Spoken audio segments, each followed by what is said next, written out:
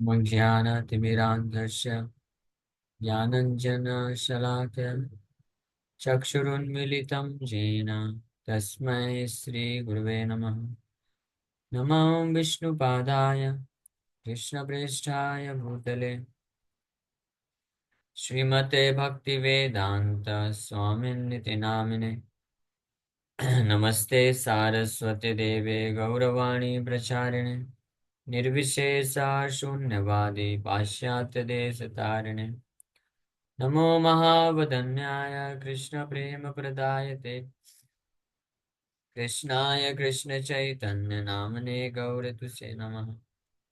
रामाय रामभद्राय रामचन्द्राय वेदसे रघुनाथाय नाथाय सीताय पतये नमः। जय श्री कृष्ण चैतन्य प्रभु नित्यानंद श्री अद्वैत गदाधर शिवासादि गौर भक्तवृंद। हरे कृष्णा कृष्णा कृष्णा हरे हरे, हरे राम राम राम हरे हरे। हरे कृष्णा। तो आप सभी भक्तों का हार्दिक स्वागत है आज के श्री राम कथा में। हम लोग चर्चा कर रहे हैं श्री वाल्मीकि रामायण, पहला स्कंद बाल कांड, और इसका chapter number 49। Lord Ramchandra delivers Ahalya.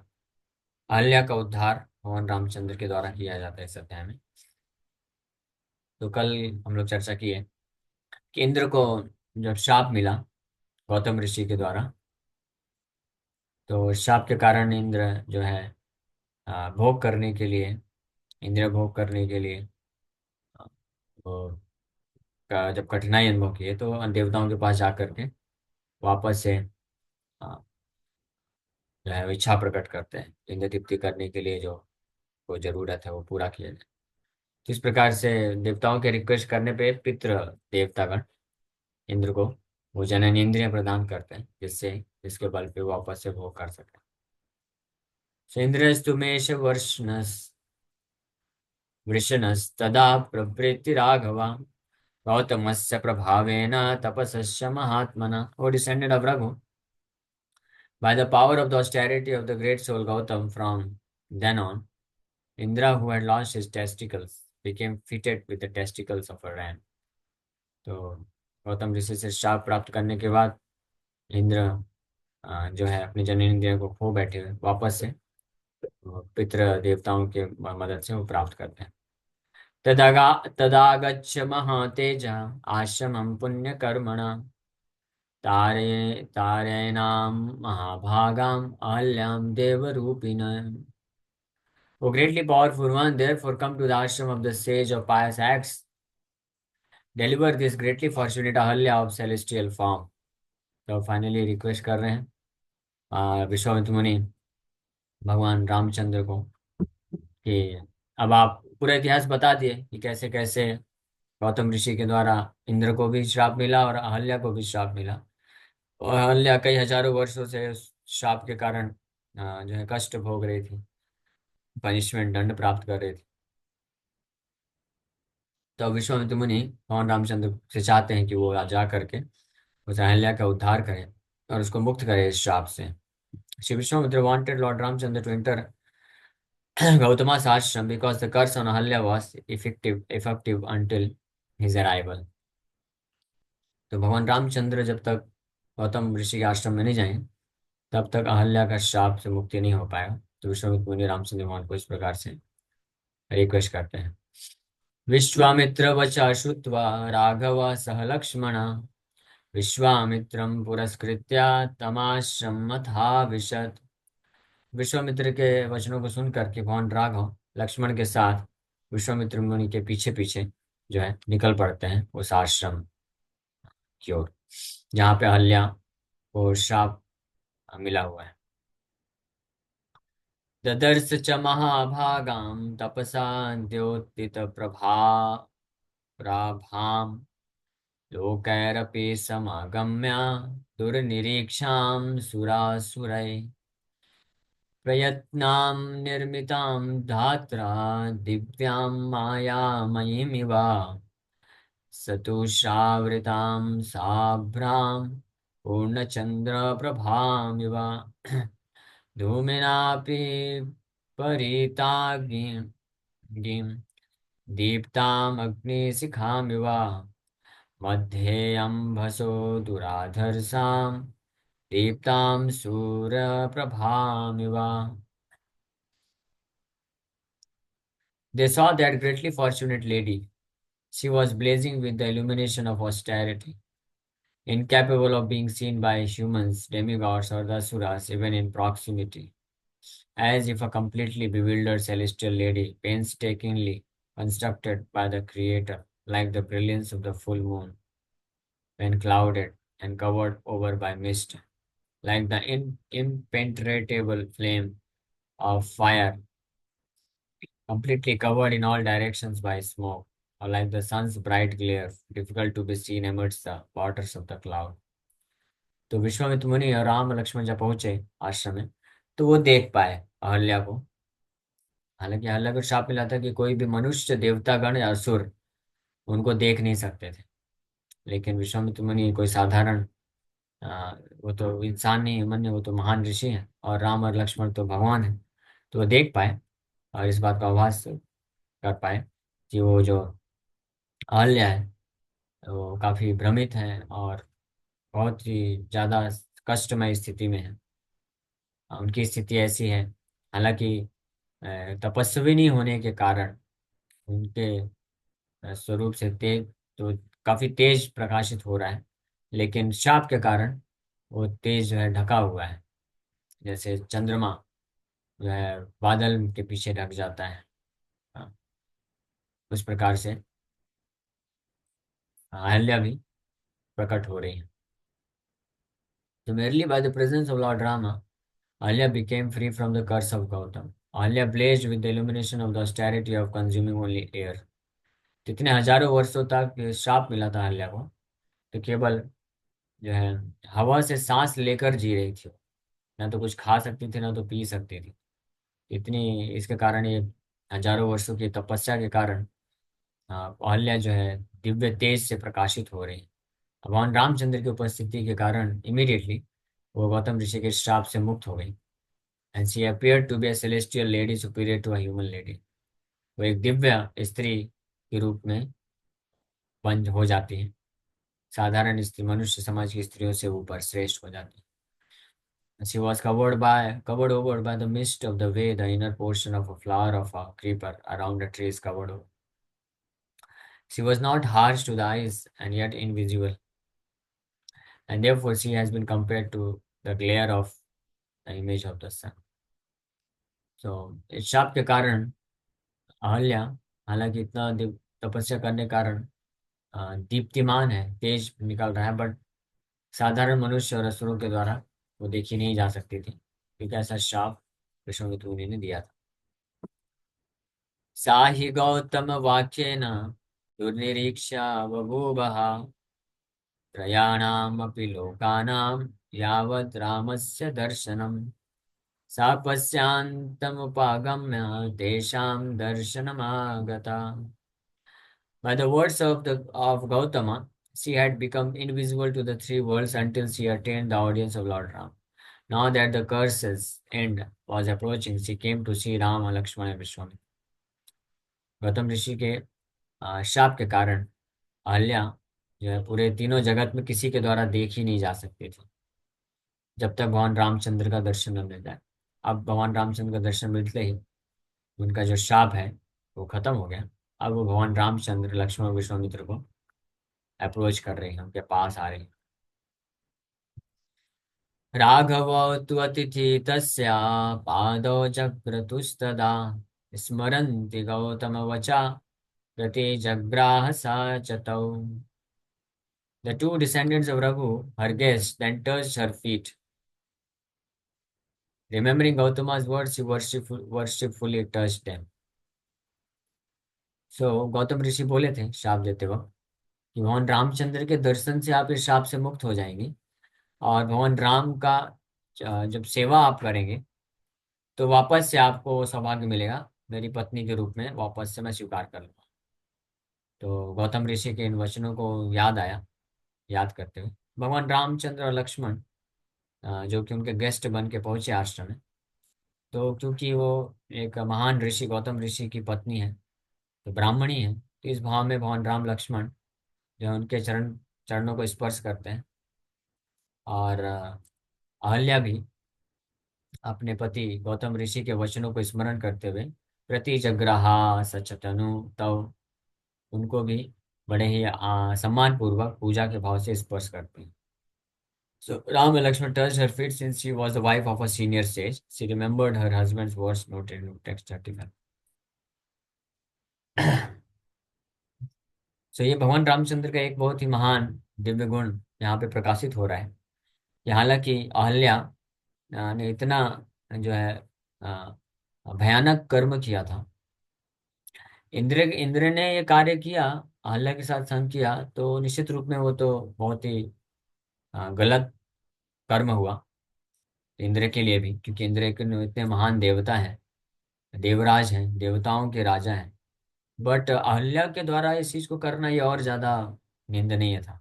हाँ, और ज्यादा अपमानजनक था, एक्सपेक्टेड नहीं था ये, क्योंकि अहल्या कोई साधारण स्त्री नहीं थी, इतने महान ऋषि गौतम ऋषि की पत्नी थी, इतनी महान ब्राह्मणी और ऋषि पत्नी होने के कारण बावजूद भी उन्होंने इंद्र के साथ संभोग किया, जानते हुए भी। ये बात उनको पता थी। भले हालांकि इंद्र वेश बदल के आए थे, लेकिन बाहरी शकल सूरत से जो है दिख रहे थे गौतम ऋषि के जैसे ही। लेकिन जब वो काम वासना से पूरित होकर के अहल्या को अप्रोच किया, तो अहल्या समझ गई इमीडिएटली कि मेरे पति ऐसे नहीं हो सकते।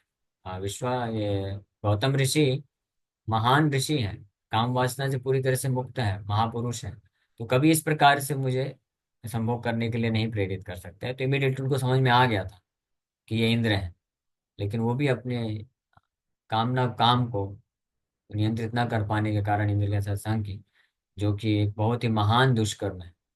लेकिन भगवान रामचंद्र की महानता देखिए कि ऐसे महान दुष्कर्म, ऐसे महान ऋषि गौतम ऋषि की पत्नी होने के बावजूद भी इस प्रकार का दुष्कर्म किया उन्होंने, फिर भी भगवान रामचंद्र उनको एक महान ऋषि गौतम ऋषि की पत्नी होने के कारण उनको पूर्ण रूप से सम्मान दिए, उनके चरणों को स्पर्श किए।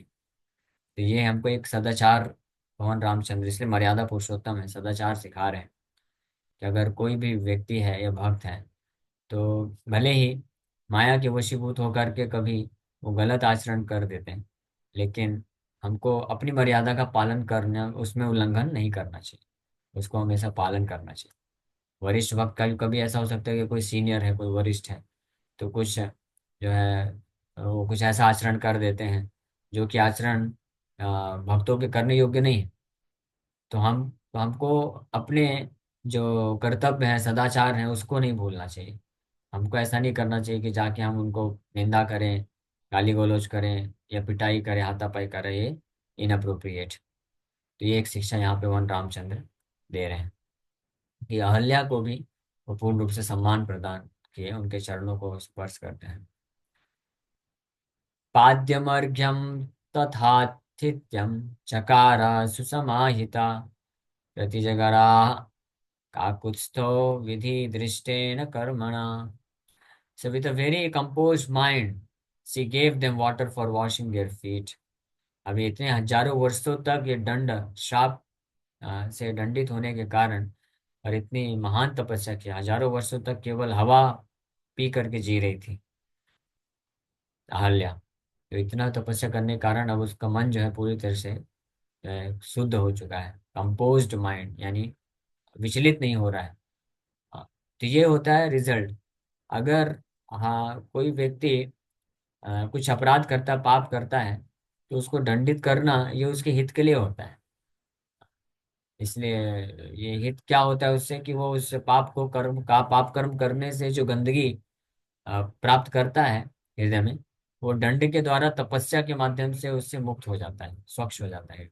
इसलिए दंड जो है बहुत इंपॉर्टेंट होता है, महत्वपूर्ण होता है। इसलिए अब इसको एटॉर्नमेंट बोला जाता है, प्रायश्चित बोला जाता है। लेकिन जो सबसे जो अच्छा जो तपस्या है या अटॉर्नमेंट है, प्रायश्चित है, वो ये है कि भगवान हरि के शरण कमलों का आश्रय ले कोई, तो उससे ऑटोमेटिकली पूरी तरह से शुद्ध हो जाता है। तो अहल्या अपने मन को स्थिर करके पूर्ण रूप से भगवान के चरण कमलों को धोने के लिए उनको पानी देती है विधिवत, फिर उनको अर्घ्या, हाँ, जल अर्पण करती है हाथ के लिए, आचमन करने के लिए। इस प्रकार से जो है, जो भगवान राम और लक्ष्मण, उनके सम्मान को और वर्शिप को जो कि शास्त्र विधि अनुसार किया गया, उसको स्वीकार करते हैं, ताकि उनका उद्धार हो सके और वापस से वो अपने जो दिव्य पति हैं गौतम ऋषि, उनकी वापस से पत्नी बनने का सौभाग्य मिल सके। तो ये भी एक बात पता चलती है कि गौतम ऋषि हालांकि अहल्या को शाप दिए, लेकिन उनको रिजेक्ट नहीं किए थे। उनका शाप देने का उद्देश्य था अहल्या को उनके हृदय में जो दुष्प्रवृत्ति है, गलत प्रोपेंसिटी है पाप कर्म करने की, उससे मुक्त करना चाहते थे। इसलिए उनको तपस्या करने के लिए दंडित किए, और उसके पश्चात उनको तरीका बताए कि कैसे रामचंद्र भगवान आएंगे, उससे आप इस श्राप से भी मुक्त हो जाओगी। और फिर उनका विधिवत पूजा करने से, सेवा करने से, उनके चरण कमलों का आप इतने शुद्धतम अवस्था को प्राप्त कर लोगे कि आप वापस से मेरी पत्नी बन सकते हो। दैट मीन्स ही वॉज जो है अकोमोडेटिंग। वो स्वीकार करने के लिए तैयार थे, लेकिन उनको उस योग्यता तक लेके आना चाहते थे, इसलिए ये सब शाप दिया गया। तो भगवान गुरु वैष्णव जब इस प्रकार से कभी भक्त के जीवन में, शिष्य या भक्त के जीवन में कभी कठिनाई देते हैं, कष्ट देते हैं, श्राप देते हैं, जैसे भगवान भी असुरों का वध कर देते हैं, तो क्या कारण है? ताकि असुरों के वध के द्वारा उनके जो पाप करने की प्रवृत्ति है वो नष्ट हो जाती है, वो शुद्ध हो जाते हैं। तब वो योग्यता को प्राप्त कर सकते हैं कि भगवान के पार्षद बन सके। ये है, ये उद्देश्य होता है। ये ये घृणा की दृष्टि से या रिवेंजफुल एटीट्यूड के कारण नहीं किया गया। हाँ, तो गौतम ऋषि को ऐसा गलत नहीं समझना चाहिए। तो गौतम ऋषि जो है रिवेंजफुल, बदला लेने की भावना से इस प्रकार से अपनी पत्नी को श्राप देते हैं, नहीं, ये उद्देश्य नहीं था। उनके हृदय को शुद्ध करना चाहते थे वो, पूरी तरीके से योग्य बनाना चाहते थे कि वास्तविक में वो एक ऋषि पत्नी बन सके, और उसके लिए उपाय भी बताए और कृपा करके जो है ये तरीका दिए। भगवान रामचंद्र उसको स्वीकार किए, तभी तो रामचंद्र भगवान आए ना। सोचिए, गौतम ऋषि इतने पावरफुल सेज हैं कि उन्होंने प्रेडिक्ट किया, भविष्यवाणी किया कि भगवान राम आएंगे। भगवान राम आए। इससे ये प्रूफ होता है कि गौतम ऋषि महान भक्त हैं भगवान के, और उन्होंने जो किया, जो शाप दिया, वो बिल्कुल उचित था। दोनों को, इंद्र को भी जो शाप दिया वो भी बिल्कुल उचित था, और अहल्या को भी जो दिया वो भी उचित था। लेकिन दोनों में डिफरेंस है, इंद्र ने किस प्रकार से श्राप श्राप को स्वीकार किया और अहल्या ने किस प्रकार से किया। अहल्या जो है उनको पछतावा हुआ, और फिर वो शाप को स्वीकार करने से शुद्ध हो गई, और फाइनली गौतम ऋषि का वापस से उनके चरण कमलों में संग आश्रय प्राप्त करने के लिए उनके आदेश का पालन करते हुए राम भगवान का सेवा करते हैं। ये एक एटीट्यूड है। क्यों ऐसा है? क्योंकि वो गौतम ऋषि की पत्नी होने के कारण वास्तव में उनके अंदर ये दिव्य ज्ञान तो था ही, ज्ञान तो था ही, और हृदय में वो भावना थी कि अपने आप को पाप से मुक्त करना।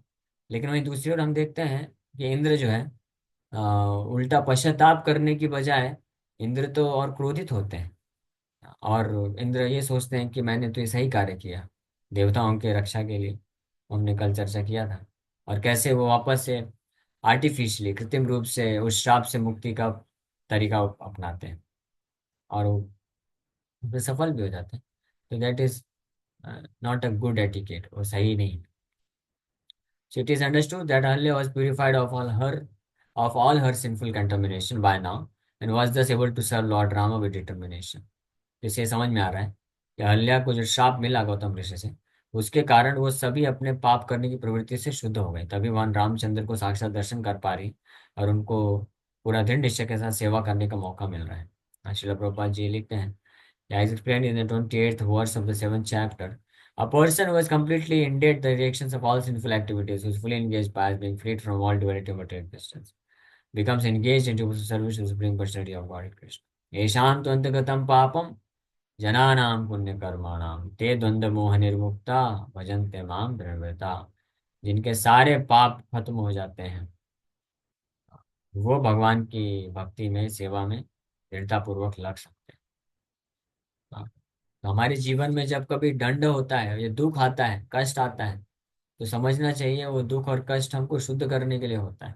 हमारे पूर्व कर्म के, पूर्व जन्मों के या इस जन्म के भी जो पाप हैं, अपराध हैं, उसके कारण हमको भगवान की कृपा से भौतिक प्रकृति माया के द्वारा दंड प्रदान किया जाता है। तो उसको स्वीकार कर लेना चाहिए, उसमें दोष नहीं देना चाहिए भगवान को, है ना, कि हम इतना भक्ति कर रहे हैं फिर भी भगवान ऐसा क्यों हमको कष्ट कष्ट दे रहे हैं।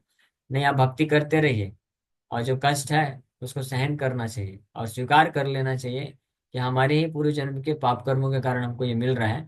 और भगवान कितने दयालु हैं कि ये सब दे करके मुझे शुद्ध करने की इच्छा रखते हैं भगवान, ताकि मैं इससे शुद्ध हो जाऊं, तो भगवान के चरण कमलों में पूर्ण आश्रय मिल सके मुझे।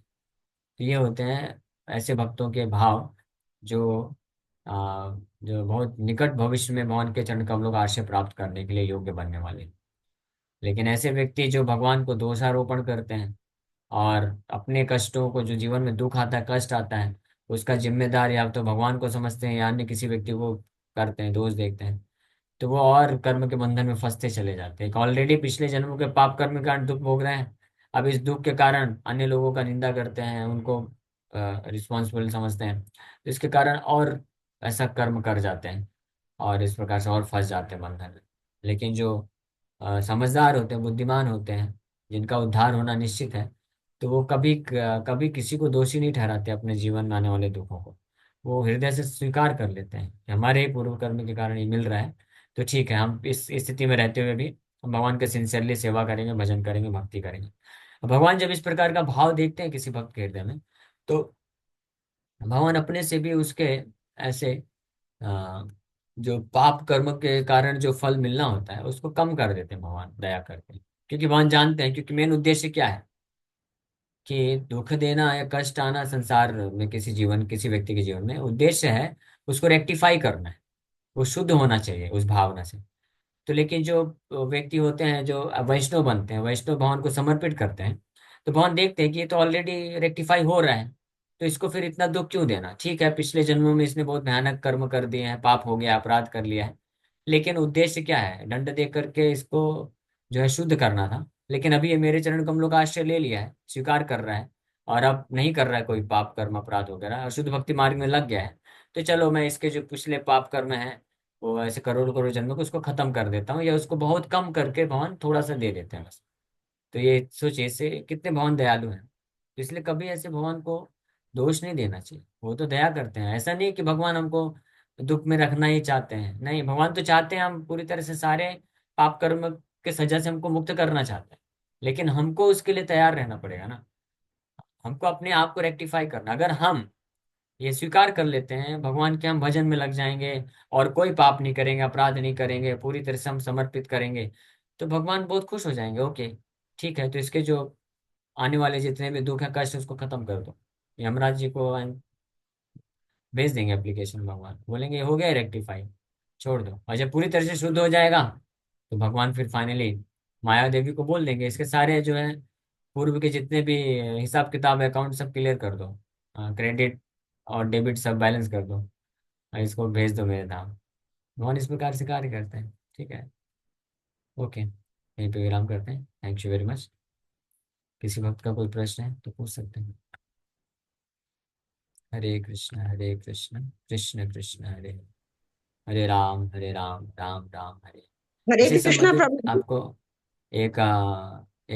बता देते हैं, असली घटना बता देते हैं। वो भक्त का नाम नहीं बताएंगे। एक एक भक्त हुए, नए नवयुवक भक्त हुए, तो वो भक्ति में जुड़े।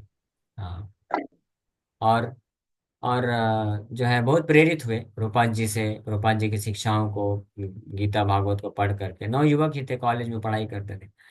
तो कुछ ही महीने में वो ये रियलाइजेशन उनको मिला। क्या हुआ, प्रभुपाद जी के चरण कमलों में विनम्रता से सिंसियरली उन्होंने आश्रय लिया, तो वो एक दिन उनको वो स्वप्न देखते हैं। स्वप्न में और उनको दिखता है कि कुछ पुलिस वाले उनको उनके पीछे भाग रहे हैं, उनको पकड़ने के लिए, सजा देने के लिए। और बहुत डर के दौड़ दौड़ के भाग रहे हैं, दौड़ते दौड़ते दौड़ते दौड़ते अपने सेंटर में आ गए, बेस में आ गए। बेस में नॉक किया दरवाजा। नॉक किया तो जब दरवाजा खुले तो सामने प्रभुपाद जी खड़े थे छड़ी लेकर के। और वो भक्त तुरंत जो है प्रभुपाद जी के पीछे धोती पकड़ के, चरण कमलों पकड़ के, बड़े भयभीत हैं, और बैठ गए। और प्रभुपाद जी से प्रार्थना करते हैं, पुलिस वाले आए हैं, मेरे को पकड़ने के लिए लेके जाने वाले हैं, आप कुछ करिए ना। तो प्रभुपाद जी छड़ी सामने ले, गेट के पास ही पुलिस वाले आते हैं, उनको बोलते हैं कि अब आप छोड़ दो इसको, ये सुधर गया है, इसका रिस्पॉन्सिबिलिटी मैं लेता हूँ। हाँ, ये अच्छा भक्त है। तो पुलिस वाले वहां पे दंडोत प्रणाम करके निकल जाते हैं। हाँ, तो इससे ये सीख मिली, वो स्वप्न एक्चुअली रियल है। हाँ, रियल मतलब वास्तविकता है। वो पुलिस वाले कौन है? माया देवी है। माया देवी जेलर है ना, पुलिस वाली। तो हमने इतने करोड़ों करोड़ों जन्मों में इतने पाप किए हैं कि माया हमारे पीछे हाथ धो के पड़ी है, बिल्कुल देना है। ये भी पाप किया था ना तुमने, याद है? याद नहीं है तो क्या हम बताएंगे अच्छे से। हाँ, सजा लो। तो हमारे ऐसे कर्म है कि हमको कई हजारों हजारों जन्मों तक खूब सजा मिलने वाली है। लेकिन अगर हम भगवान के शुद्ध भक्त श्रील प्रभुपाद जी के चरण कमलों का आश्रय ले लेंगे विनम्रता से, तो प्रभुपाद जी के पास भी वो शक्ति है। माया देवी को बोल सकते हैं, डू नॉट डिस्टर्ब हिम, छोड़ दो इसको, छोड़ देगी। तो कृष्ण भी, कृष्ण और कृष्ण के भक्त है, एक ही स्तर पे कार्य करते हैं। सहना हरे पड़ेगा कृष्ण थोड़ा। प्रभु जी। हरे कृष्ण। हम नहीं है, पर ये रामचरितमानस में अहिल्या नहीं जान पाई थी, ये लिखा है। तो देखिए, ये अलग अलग कल्प भेद होता है। अलग अलग भगवान ब्रह्मा जी के दिन में जब आए हैं तो अलग अलग प्रकार की लीलाएं हुई हैं। लेकिन इस ये जो वाल्मीकि रामायण है, तो यहाँ पे जिस कल्प के बारे में वर्णन हो रहा है, तो यहाँ पे स्पष्ट लिखा हुआ है, हमने 2-3 दिन पहले पढ़ा था कि अहल्या को पता चल गया था स्पष्ट कि ये गौतम ऋषि नहीं है, ये इंद्र हैं। और उसमें कारण भी मेंशन किया हुआ है कि क्यों अहल्या को पता चला। क्योंकि अहल्या देख पाई कि जो ये वेश बदल के आया है, ये कामुक होकर के मेरे संग करना चाहता है, और गौतम ऋषि महान ऋषि हैं, वो कभी इस भावना से नहीं करेंगे। तो इसलिए उनको पता चल चुका था। प्रभु जी, वो अभिषेक का जो फ्लावर्स था, उसे हम